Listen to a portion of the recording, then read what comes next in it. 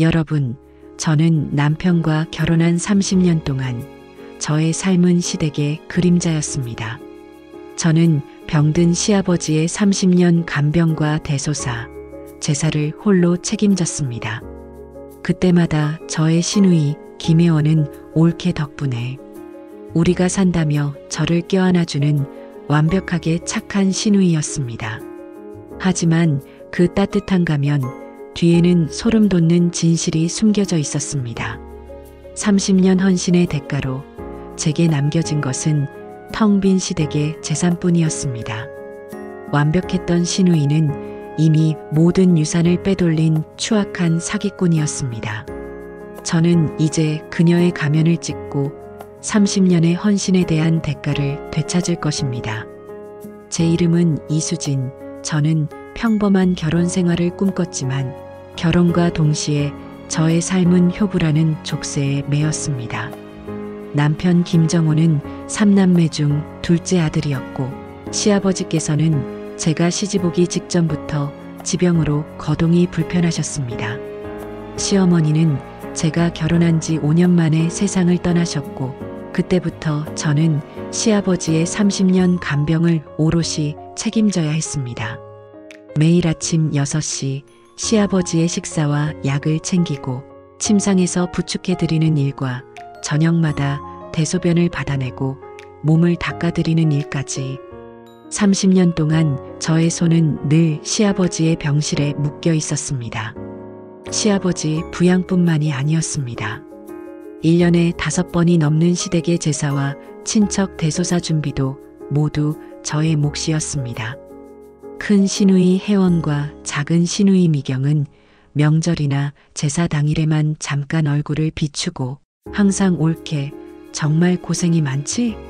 우리 올케 아니었으면 누가 이 힘든 일을 감당했을까라며 저를 껴안아 주었습니다. 특히 큰 시누이 김혜원은 저의 고통에 가장 깊이 공감해 주는 듯 보였습니다. 그녀는 간병비와 생활비 명목으로 매달 50만 원을 시아버지 통장에 입금했고 저에게는 올케, 내 고생은 돈으로도 못 갚는다. 나중에 아버지가 돌아가시면 내 몫을 2배로 챙겨줄게라고 약속했습니다. 저는 시누이의 그 따뜻한 말과 행동을 믿었고 그 믿음이 30년의 고된 시간을 견디게 해주는 유일한 버팀목이었습니다. 하지만 남편 정호는 달랐습니다. 그는 저의 헌신을 당연하게 여겼고 시누이들이 저를 지켜세울 때조차 침묵했습니다.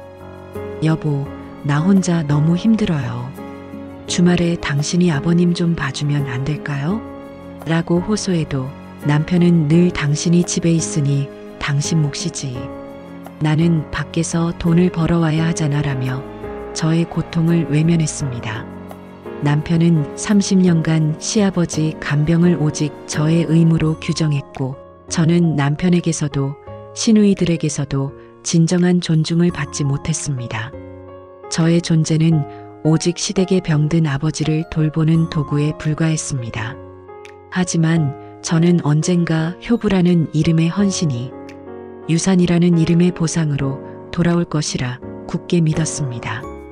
시아버지에게는 작은 땅과 제가 돌려받아야 할 간병비가 남아 있었기 때문입니다. 그 기대가 저의 30년을 지탱해준 마지막 희망이었습니다. 시누이 김혜원은 밖에서는 잘나가는 커리어 우먼이었고 시댁에서는 착한 딸, 고마운 시누이의 가면을 쓰고 있었습니다. 그녀의 가면은 너무나 완벽해서 30년 동안 아무도 그 뒤를 의심하지 못했습니다. 명절이나 제사 때마다 혜원 시누이는 저에게 50만 원 상당의 백화점 상품권을 안겨주었습니다. 올케, 이거로 너도 맛있는 거 사 먹어. 고생하는 건 너뿐이야. 라고 말하며 저의 고통에 진심으로 공감하는 듯한 연기를 펼쳤습니다.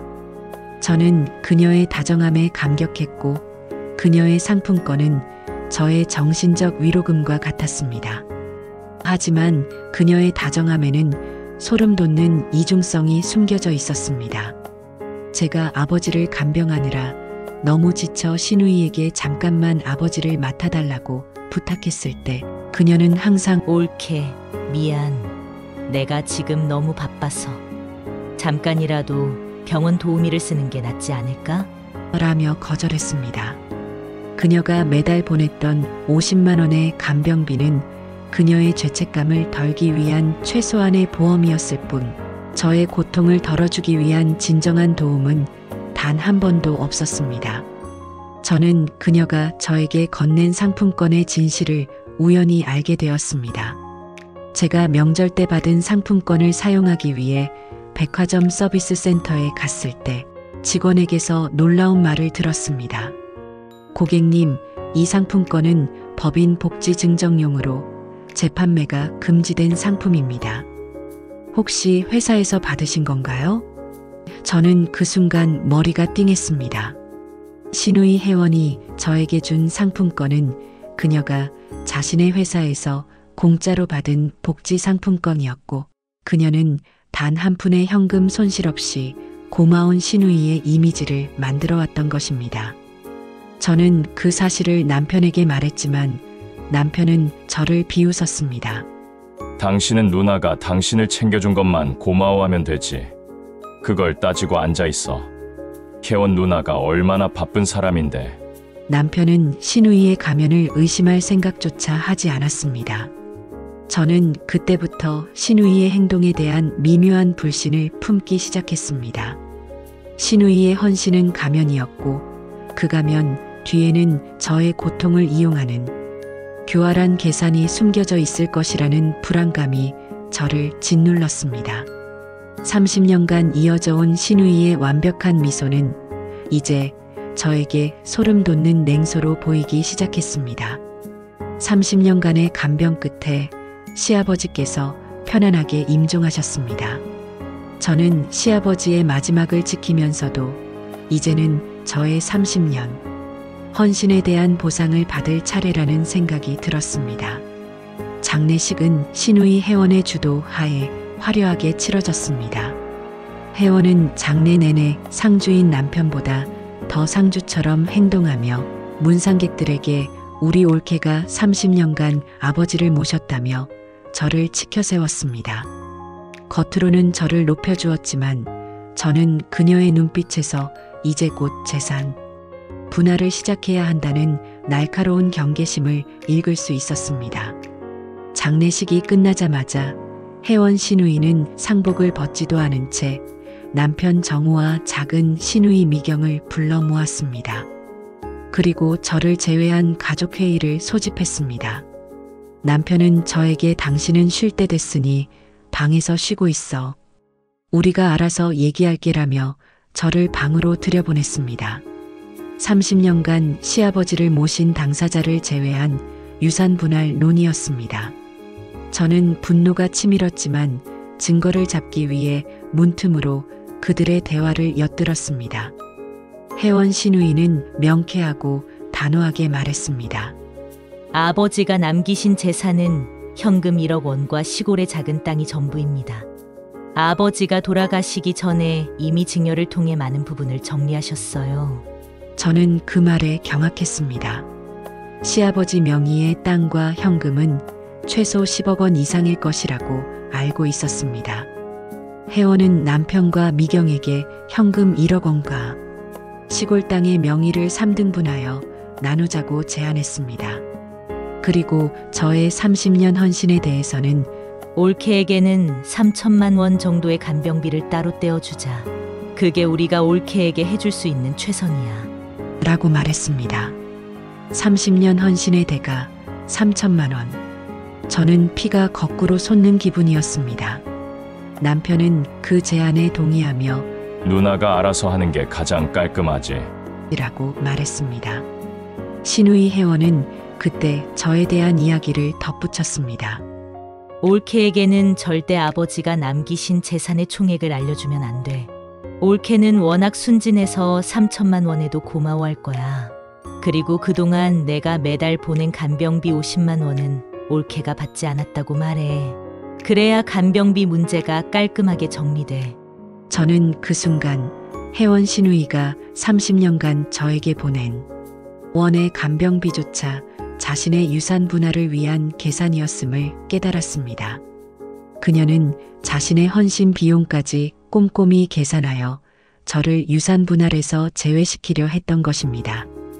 완벽했던 시누이의 가면이 완전히 벗겨지는 순간이었습니다. 저는 더 이상 혜원 시누이에게 속지 않기로 결심했습니다. 30년 간병의 대가로 3천만 원을 받고 끝낼 수는 없었습니다. 저는 즉시 변호사를 선임하여 상속 재산 파악에 나섰습니다.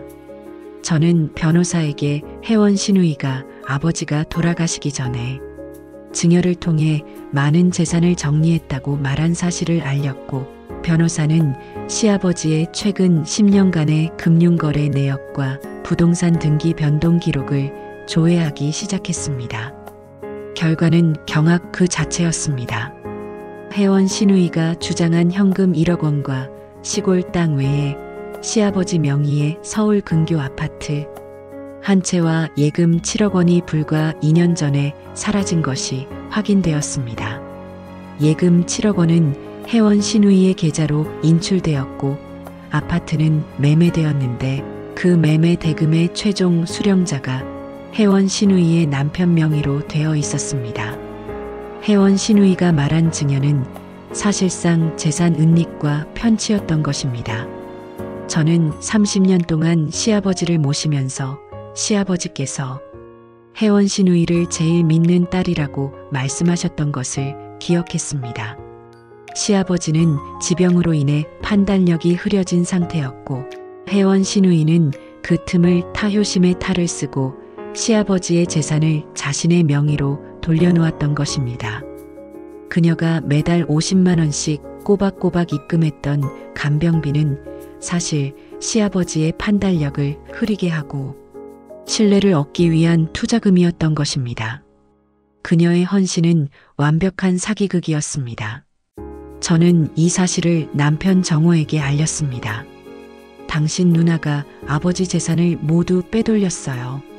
당신 누나가 말한 1억 원은 새빨간 거짓말이고 아버님은 10억 원 이상의 재산을 가지고 계셨어요.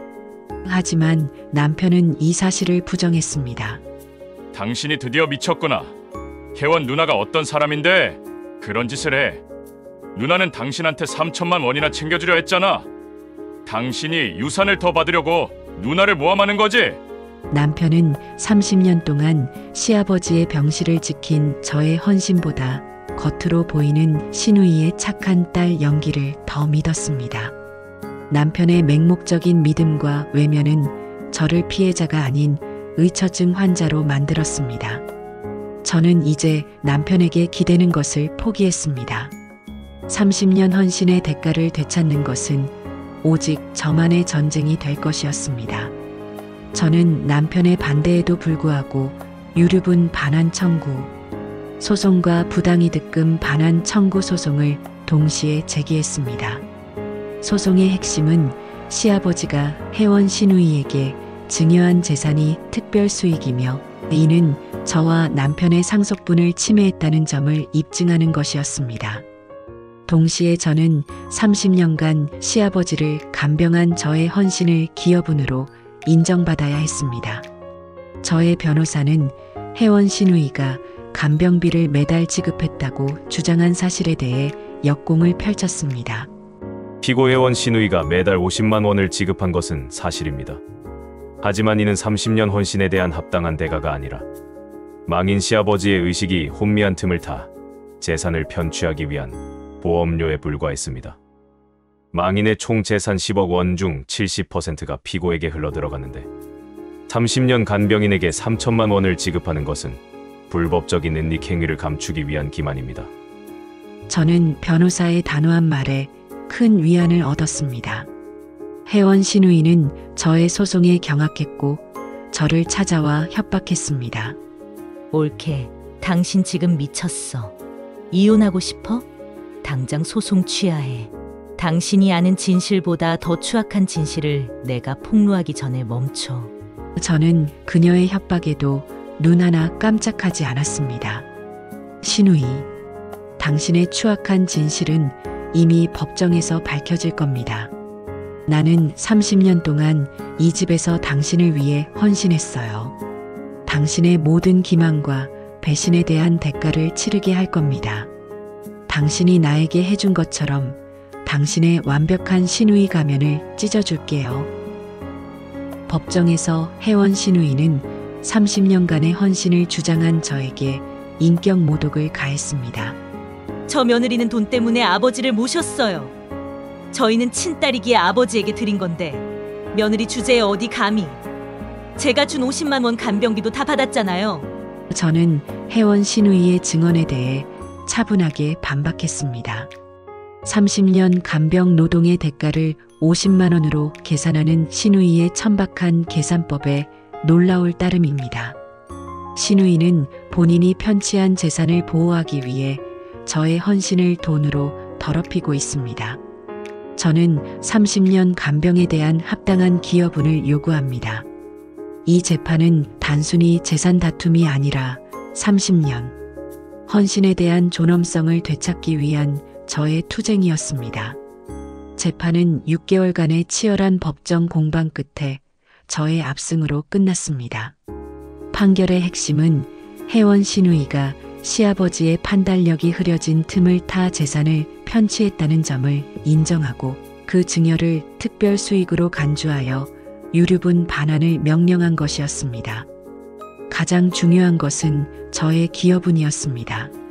재판부는 저의 30년 간병이 상속 재산 유지 및 증가에 특별히 기여했다고 인정하며 총 재산의 20%를 저의 기여분으로 책정했습니다. 이는 시어머니가 돌아가신 후 며느리의 간병 노동을 사실상 가족 공동체의 자산, 기여로 인정한 파격적인 판결이었습니다. 재판 결과 혜원 신우이는 저에게 편취한 재산의 상당 부분과 더불어 저의 기여분 20%에 해당하는 금액까지 현금으로 반환해야 했습니다. 저는 총 5억 원에 달하는 금액을 받아냈습니다. 혜원 신우이는 재판 결과에 충격을 받아 법정에서 쓰러졌습니다. 그녀는 30년간 쌓아 올린 완벽한 신우이의 가면이 파렴치한 재산, 편취자라는 이름으로 온 세상에 폭로되었습니다. 그녀의 추악한 진실은 모든 친척들에게 알려졌고 그녀는 친척들 사이에서 영원히 매장되었습니다. 남편 정호는 이 판결에 더욱 충격을 받았습니다.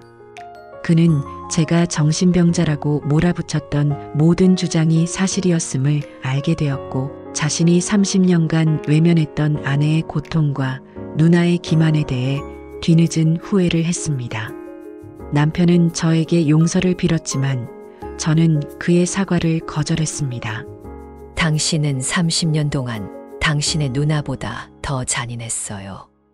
누나는 나를 이용했지만 당신은 나의 헌신을 외면하며 당신의 삶을 편안하게 유지했어요. 당신의 침묵은 나에게 가장 큰 배신이었어요.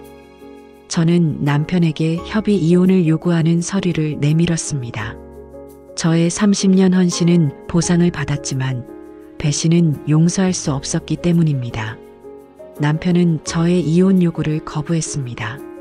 수진아, 내가 잘못했어. 내가 이제라도 당신에게 잘할게. 누나와는 완전히 절연할게. 하지만 저는 남편에게 더 이상의 연극을 허락하지 않았습니다. 저는 남편에게 당신의 후회는 오직 당신의 몫입니다. 나의 삶은 더 이상 당신의 죄책감을 받아줄 무대가 아닙니다. 라고 말했습니다. 저는 남편에게 최후 통첩을 했습니다. 당신이 30년간 외면했던 나의 정신적 고통에 대한 위자료를 포함하여 이 아파트에 대한 재산 분할을 마무리 짓고 깨끗하게 이혼하세요. 그렇지 않으면 당신의 직장과 모든 지인들에게 아내의 30년 헌신을 외면하고 친누나의 재산 편취를 방관한 무책임한 남편이라는 사실을 폭로할 것입니다. 남편은 누나의 파멸을 목격했기에 자신의 사회적 지위마저 잃을까 두려워 결국 저의 요구를 수용했습니다.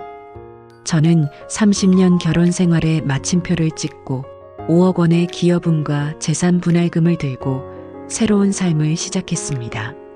혜원 시누이의 완벽한 가면이 벗겨지면서 저의 효부라는 족쇄도 함께 풀린 것입니다. 저는 30년 동안 잃었던 저의 시간을 되찾았습니다. 헬스장에 등록하고 그림을 배우기 시작했습니다. 시아버지의 병실에 묶여있던 저의 손은 이제 저의 삶을 그려나가는 붓을 잡았습니다. 남편은 결국 모든 것을 잃었습니다. 누나는 그를 외면했고 아내는 그를 떠났습니다. 그는 뒤늦게나마 자신의 침묵이 얼마나 잔인했는지 깨달았지만 이미 늦었습니다. 남편이 잃은 것은 재산이 아니라 아내의 존중과 신뢰였습니다. 저는 이 모든 과정을 통해 배신에 대한 용서는 없다는 것을 배웠습니다. 30년 헌신은 배신을 통해 끝났지만 그 끝은 저에게 새로운 시작을 선물했습니다. 이혼 후 저는 남은 재산으로 바닷가 근처의 작은 아파트를 마련했습니다.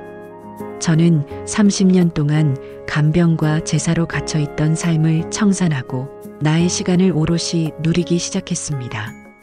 매일 아침 저는 바닷가를 산책하며 시아버지의 병실 냄새 대신 시원한 바다 냄새를 맡았습니다. 저는 이제 더 이상 헌신하는 며느리가 아닙니다. 저는 스스로의 가치를 증명한 이수진입니다. 혜원 시누이의 가면이 벗겨지는 순간 저의 삶은 새로운 색깔을 입었습니다. 저는 그동안 포기했던 봉사활동을 시작했고 사람들은 저의 용기와 강인함에 박수를 보냈습니다. 혜원 시누이는 법적 패소 후 재정적인 어려움에 처했고 저에게 용서를 구하는 편지를 보냈습니다. 옳게. 내가 미안해. 내가 탐욕에 눈이 멀어서 용서받지 못할 짓을 저질렀어. 너의 헌신을 이용한 죄를 평생 갚으며 살겠다. 저는 그 편지를 읽었지만 그녀에게 연락하지 않았습니다.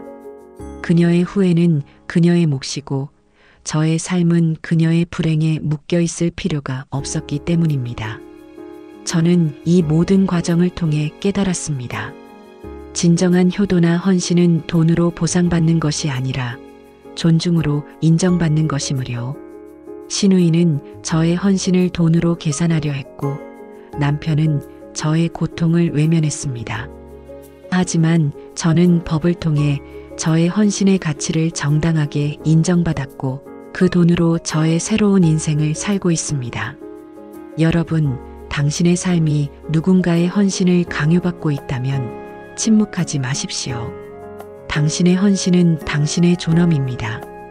당신의 용기와 진실이 당신의 헌신에 대한 가장 합당한 보상을 안겨줄 것입니다. 이수진님의 30년 헌신에 대한 통쾌한 보상 이야기는 여기서 막을 내립니다. 이 사연이 여러분에게 큰 위로와 용기가 되었기를 바랍니다.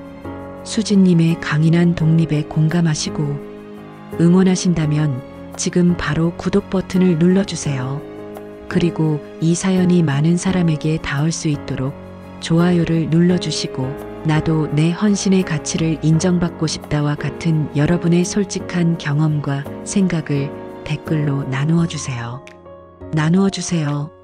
여러분의 이야기가 또 다른 누군가에게는 큰 용기와 힘이 될 수 있습니다.